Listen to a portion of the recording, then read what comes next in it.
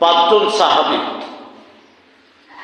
এই পাঁচজন সাহাবীর ভিতরে চারজন আর পাঁচজনই দুনিয়ার বুকে জান্নাতের সার্টিফিকেট পেয়েছিলেন। সুবহানাল্লাহ বলবেন না? জোরে বলবেন না সুবহানাল্লাহ? এক নম্বর হচ্ছে আবু বকর সিদ্দিক রাদিয়াল্লাহু তাআলা আনহু, দুই নম্বর ওমর ইবনে খাত্তাব, তিন নম্বর উসমান ইবনে গাফফার রাদিয়াল্লাহু তাআলা আনহু, চার নম্বর আলী ইবনে আবি তালিব রাদিয়াল্লাহু তাআলা আনহু, আর পাঁচ নম্বর যার নামটা বিশ্বনবী মুহাম্মদ রাসূলুল্লাহ সাল্লাল্লাহু আলাইহি ওয়াসাল্লাম নামটা যার দিয়েছেন তার নাম হচ্ছে আবু যার গিফারি। একটু জোরে বলা যাবে কি সুবহানাল্লাহ? বিশ্বনবী মুহাম্মদ রাসূলুল্লাহ সাল্লাল্লাহু আলাইহি ওয়াসাল্লাম মসজিদ নববীর মাঝখানে বসে আছেন, আর পাঁচজন গোল হয়ে বসে আছেন। আল্লাহর নবীর বাম পাশে একজন মানুষ দাঁড়িয়ে আছেন। এই মানুষটা সবচেয়ে ছোট মানুষ, নাম তার জালবিব রাদিয়াল্লাহু তাআলা আনহু। জোরে বলেন সুবহানাল্লাহ। মাত্র 1.5 হাত লম্বা, অত ছোট মানুষ দুনিয়া আল্লাহ তাআলা আর পাঠাবে কিনা আমরা জানি না, তবে ওই সময় সবচেয়ে খাটো মানব ছিলেন তিনি। নাম তার জালবিব রাদিয়াল্লাহু তাআলা আনহু। এই জালবিব নিজেই বর্ণনা করেছেন, আর জালবিবের কথা শুনে শুনে আবু যার গিফারি রাদিয়াল্লাহু তাআলা বুখারী শরীফের এই বড় চ্যাপ্টারে বর্ণনা করেছেন। বুখারী 4857 নম্বর হাদিস, সবচেয়ে বড় হাদিস, প্রায় 3 পৃষ্ঠার হাদিস। বিশ্বনবী মুহাম্মদ রাসূলুল্লাহ সাল্লাল্লাহু আলাইহি ওয়াসাল্লাম বললেন, আর মাত্র কয়েকদিন বাকি আছে মাহে রমজানের, আর মাত্র কি কয়েকদিন বাকি রয়েছে মাহে রমজানের। এই রমজানের জন্য কি প্রিপারেশন নিচ্ছ? আমরা যদি সবাই মিলে আলোচনা করি, বলবো কামলি সোলা কিনবো, শরবত কিনবো, রুহ আফজা কিনবো, সেনাজন কিনবো, সিমাই কিনবো, সব কিছু কিনবো, কিন্তু বাবা আলোচনার ভিতরে আমল আখলাকের কোনো আলোচনা সেদিন হয় না। কথা বলেন না? ও বিষয়ে আলোচনা হয় না, ওটা আপনার খামাখায় সব ভুলে যাই আমরা। ইবাদত করার দরকার আছে কিনা? ইবাদত ছাড়া কি কোনো কাজে লাগবে? সেবায় সবজি, ছোলা, ইবাদতের সাথে ওগুলো খান, ওগুলো বরকত হবে। ইবাদতের সাথে, ইবাদত বাদ দিয়ে ওর কোনো মূল্য নাই।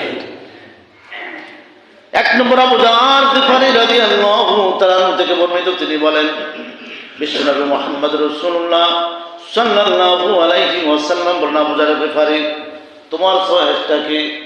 আবু যার গিফারি বললেন, হে নবী, যেদিন কালেমা পড়ে মুসলমান হয়েছে আপনি আমার কপালে জুমা দিয়েছেন, ওই দিন সিদ্ধান্ত গ্রহণ করেছি আমি আমার জীবনে 3টা জিনিস আল্লাহর কাছে চেয়ে নেব। জোরে বলুন সুবহানাল্লাহ। এক নম্বর হলো ফালইয়াবুদু রাব্ব হাযাল বাইত আল্লাযী আত'আমাহুম মিন জু' ওয়া আমানাহুম মিন খাউফ। সুবহানাল্লাহ। ফালইয়াবুদু রাব্ব হাযাল বাইত, কাবা ঘরের মালিক যে আল্লাহ, ওই আল্লাহর গোলামি করতে সিদ্ধান্ত গ্রহণ করেছি। ও আল্লাহ, কাবা ঘরের মালিকের গোলামি করার জন্য যদি প্রয়োজন হয়, খোদার যন্ত্রণায় যদি খোদার যন্ত্রণায় যদি জীবনটাও চলে যায়, তারপর কাবা ঘরের মালিকের গোলামি থেকে নিজেকে কখনো দিন বঞ্চিত করবো না। জোরে বলুন সুবহানাল্লাহ। আর 2 নম্বর হচ্ছে আশিফাউর রহমান, রোগ যখন হবে তখন মালিকের কাছে বলবো, মালিক রোগ বড় কষ্ট হয়, বড় ব্যথা হয়, আল্লাহ রোগ থেকে মুক্তির ব্যবস্থা তুমি করে দাও। জোরে বলুন আল্লাহুম্মা আমিন। আর 3 নম্বর হলো আইনামা তাকুনু ইদরিকুল মাউত ওয়ালাউ কুনতুম ফি বুরুজিন মুশাইয়াদা ওয়া ইন তুসিবু হাসানাতুন ইয়াকুলু হাযিহি মিন ইনদিকুল কুল্লুম মিন ইনদিল্লাহ ফামা লিহাউলাইল কওমি লা ইয়াকাদুনা ইয়াফকাহুনা হাদিসা। আমি আল্লাহর কাছে বলি, চাল না, মৃত্যু যখন দিবা, মৃত্যুর ভয়ে যদি জমিন থেকে আকাশ পর্যন্ত যদি সিঁড়ি লাগাই, অথবা সিন্ধুকের ভিতরে যদি পালিয়ে থাকি, মরণ থেকে বাঁচাবার সুযোগ কোনো কিছু নাই, কেউ তো পারবে না। মরণের মালিক কে বলেন তো? জীবনের মালিক কে? মরণ যে আল্লাহ আমারে দেয়, জীবন সেই আল্লাহ আমারে দান করেছেন। বাবা খুব খেয়াল করেন, লক্ষ্য করে বললেন, আল্লাহর কাছে বলেছে, আল্লাহ মরণ যখন তুমি দিবা আল্লাহ ইমানের ভাবনাতে আমার মরণটা দিয়ে দাও, ইমানের ভাবনাতে আমার মরণটা দিয়ে দাও। আমি ইমান নিয়ে মরতে চাই, ইমান নিয়ে বাঁচতে চাই, ইমান ছাড়া আমি কিছুই বুঝি না। আজকে সমাজে আমরা কত নামাজি মানুষ, আমরাও ইমান হারা হয়ে গেছি। কথা বলেন না কেন আপনারা? বুঝি না যে কি জিনিসটাই।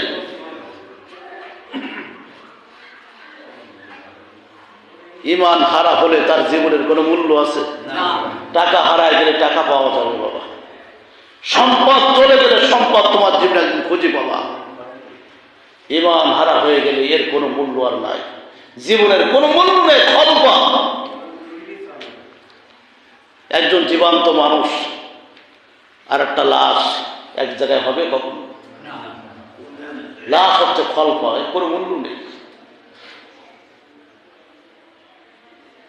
আর জীবন্ত মানুষের মূল্য আছে।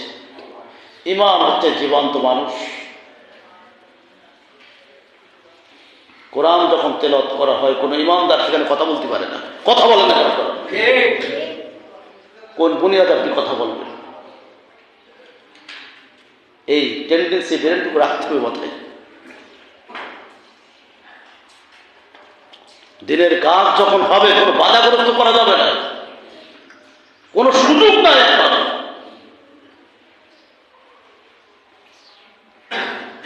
তাহলে ইমানের মূল্য আছে কিনা বলেন? ইমান যদি না থাকে তো এই মসজিদ থেকে কি লাভটা হবে আমার? আমি একজন ইমাম, আমার নিজের ইমান নেই, নামাজ শুধু পড়তে পড়ে গেল, কোন কাজে লাগবে? বিনা যদি নামাজ পড়াই দিলাম আপনাকে, আগে কাফের হলাম আমি। আর মুসল্লিগুলো কাফের হয়েছে, মুসল্লিগুলো বিচার বিচ্ছিন্ন করার ফিরেন তাদের নাই। এই জায়গা এত শর্ট জিনিস না, এটা অত্যন্ত গুরুত্বপূর্ণ একটি জিনিস। একজন ইমাম হবে সমাজের নেতা, একজন ইমাম হবে জাতির বিবেক, একজন ইমাম হবে গোটা পৃথিবীর ইতিহাস তৈরি করা একজন ব্যক্তি। কথা বলেন না কেন?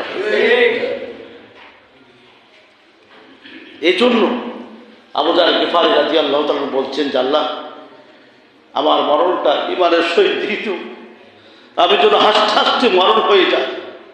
বিশ্বনবী মুহাম্মদ রাসূলুল্লাহ সাল্লাল্লাহু আলাইহি ওয়াসাল্লাম আবু জার গিফারীকে সেদিন কি বলেছিল জানেন? আপনারা রেকর্ডিং করবেন আমার কথাগুলো, কাজে লাগবে। আমি কোনো বানাই কথা বলছি কিনা। আবু জার গিফারীর এই কথাগুলো অভিপ্রায়গুলো শুনে বিশ্বনবী মুহাম্মদ রাসূলুল্লাহ সাল্লাল্লাহু আলাইহি ওয়াসাল্লাম বলছেন, আবু জার গিফারী তোমার নামে এইমাত্র শুভ সংবাদ চলে আসলো। সুবহানাল্লাহ বলবেন না? তোমার নামে 5টা আয়াত আল্লাহ তাআলা নাযিল করেছেন, জোরে বলুন সুবহানাল্লাহ। কেন জানো? তোমার ভিতরে 1 নম্বর আমল হচ্ছে তুমি নেতার আনুগত্য করো। সুবহানাল্লাহ বলবেন না? নেতার আনুগত্য করো তুমি। তোমার নেতা যখন কোরআন পড়ে তুমি তখন নীরবভাবে শোনো আর চোখের পানিটা ফেলে দাও। আল্লাহ তাআলা ওটাকে পছন্দ করেছে। এর জন্য বলেছে কদ আফলাহা আবু জার গিফারী সফল এবং সর্বজান্নাতি। জোরে বলবেন না সুবহানাল্লাহ? বুখারী খুলে দেখেন এই কথাটুকু আছে। আল্লাহ তাআলা আবু জার গিফারীর সঙ্গে হওয়ার তৌফিক দান করুন, আমিন। 4 নম্বর হলো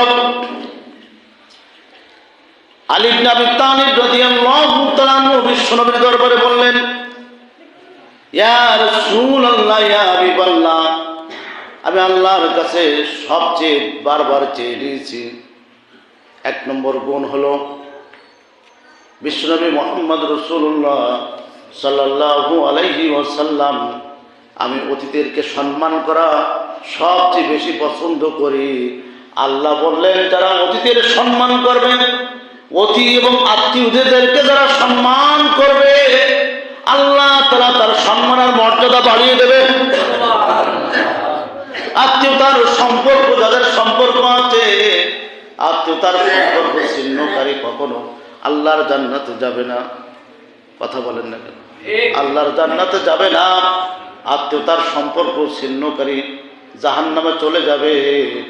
আর আত্মীয়তার সম্পর্ক জড়ায় যারা রাখবে, অতিথিদের যারা সম্মান করে, মর্যাদা দেবে, ওই লোকটা হচ্ছে আল্লাহ জান্নাত, ওরা জাহান্নামে যাবে না। একবার জোরে বলা যাবে কি সুবহানাল্লাহ।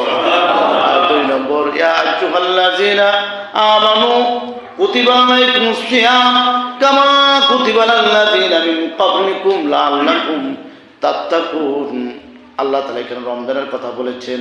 আর বিশ্বনবী মুহাম্মদ রাসূলুল্লাহ সাল্লাল্লাহু আলাইহি ওয়াসাল্লাম বলেছেন, কুমু লাইলাতাল নিসফি কুমু লাইলাতাম মিন রমজান ফাইন্নাহা লাইলা মুবারাকা হাল ইয়াকুলু মিন মুস্তাগফিরিন ফাগফির লাহু হাল ইয়াকুলু মিন মুস্তাগফিরিন ইয়াসুমু মান সামা রমাদান ঈমানান ওয়া ইহতিসাবান গফির লাহু মা তাকাদ্দাম মিন যামবিহি ওয়া মা তাআখারা ওয়া আবু দাউদ। একটু জোরে বলুন সুবহানাল্লাহ। বিশ্বনবী মুহাম্মদ রাসূলুল্লাহ সাল্লাল্লাহু আলাইহি ওয়াসাল্লাম বলেন, ক্ষুধার্ত মানুষগুলো যখন ইফতার করে না, ইফতারের সময় এখন পর্যন্ত হয় নাই, ইফতারি করার জন্য যারা রেডি হয়ে গেছে, আল্লাহ তাআলা ডাক দিয়ে বলছে, কোনো গোলাম কে আছে তার জীবনের গুনাহ মাফ চেয়ে আল্লাহর কাছে ক্ষমা চাবে, আমি আল্লাহ তার জিন্দেগীর গুনাহগুলো মাফ করে দিলাম। আর জোরে বলুন সুবহানাল্লাহ। ইফতারের সময় গেজাগেজি করতে হবে। ক্ষীর কার কত কম হয়েছে, খেজুর কার কত কম হয়েছে, শাহী জিলাপি কার কত কম হয়েছে, এইগুলো কি সময় আছে? কথা বলেন না। আমি তো জান্নাতে যাব। আমি কোথায় যাব? জান্নাতে যাব। আমার তো ইচ্ছা মাহে রমজান পালন করে আমার জীবনটাকে ধন্য করব। আমি জুম্মার নামাজ পড়তে এসেছি, আমার জুম্মার নামাজ পড়া শেষ হবে, আমার জীবনের গুনাহ আল্লাহ তাআলা মাফ করে দেবে, এই নিয়ত করতে হবে। আপনারা কি রাজি আছেন? কথা বলেন, কথা বলেন, কথা বলেন।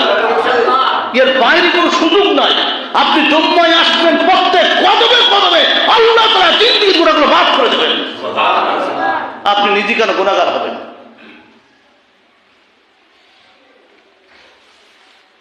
জুম্মার নামাজ হচ্ছে মুসলমানদের জন্য জান্নাতের মিছিল। জোরে বলবেন না সুবহানাল্লাহ। সূরাতুল জুমআহ একটা আয়াত, একটা সূরা আল্লাহ তাআলা নাযিল করেছেন। জোরে বলবেন না সুবহানাল্লাহ। এই জুম্মার নামাজ মনে হচ্ছে জান্নাতীদের মিছিল শুরু হয়, জান্নাতি মানুষগুলো আনন্দ করে। তাহলে আমরা গল্প গুজব করলে আনন্দের সামিল হতে পারবো আমরা? কথা বলেন, কথা বলেন। কোনো সুযোগ নাই। এই আবারও তো সাইকেল চালাচ্ছে, মাওলানা ওই যে সেলিব্রিটিগুলো আবার সাইকেল চালাচ্ছে, ওদের ভিতরে ঢুকাই দিতে হবে না। বড় মানুষের কিছু বলবো না, ছোটগুলো আপাতত লাইভ হোক। ছোটগুলো ভিতরে ঢুকাই দাও। হ্যাঁ, আমার চাচাও দেখছি বাইরে আছে, তাহলে কি হবে রে? সব আমার মুরব্বীরা সব বাইরে, তাহলে আমি কোন জায়গায় ওয়াজ করবো? সব মাঠে মরে যাবে, সব ভিতরে আসবে। ভিতরে যখন ধরবে না তখন বাইরে যাবে। হ্যাঁ, আমার ছোট চাচা, বড় ভাই সব বাইরে, ওয়াজ থাকার মাঠে ময়দান নেমে যাচ্ছে। আসেন সবাই, আসেন সবাই, আসেন। জানেন কত সুন্দর মানুষগুলো, আসেন আমার সামনে, আসেন, আসেন। মাওলানা তুমিও ভিতরে আইছো। হ্যাঁ, তুমিও ভিতরে আইছো। তানভীর কই? হায় রে আল্লাহ, জানাজা, আমার জানাজা পড়াবে কিনা আমি তো বুঝতে পারছি না। সব তো শেষ হয়ে গেল, একবার সব ভিতরে ঢুকবে। এই মসজিদের পরিবেশ ভালো করতে হবে। আপনারা রাজি আছেন? আপনাদের সুযোগ্য সভাপতি পাইছেন, তার নেতৃত্বে যে একের পর এক উন্নয়ন কাজগুলো করতেছেন, তার নেতৃত্বে ইমানটাও আমাদের ভালো করতে হবে। আমরাও তার নেতৃত্ব মানি ইনশাল্লাহ, মানে ইনশাল্লাহ।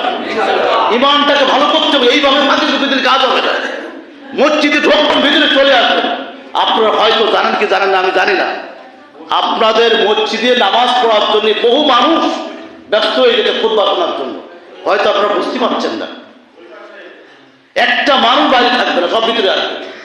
আর আমি সভাপতির কাছে অনুরোধ করব যে আপনাদের এইগুলো একটু আপনি খেয়াল করবেন। তাতে আপনার কাছে আমার দাবি, একটু খেয়াল করবেন। আপনি একটু সাপোর্ট দিলে ইনশাল্লাহ পেরে যাবো।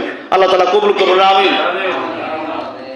তাহলে আমরা আরেকটা কথা বলে শেষ করছি। আলী রাদিয়াল্লাহু তাআলা সর্বশেষ সাক্ষাৎ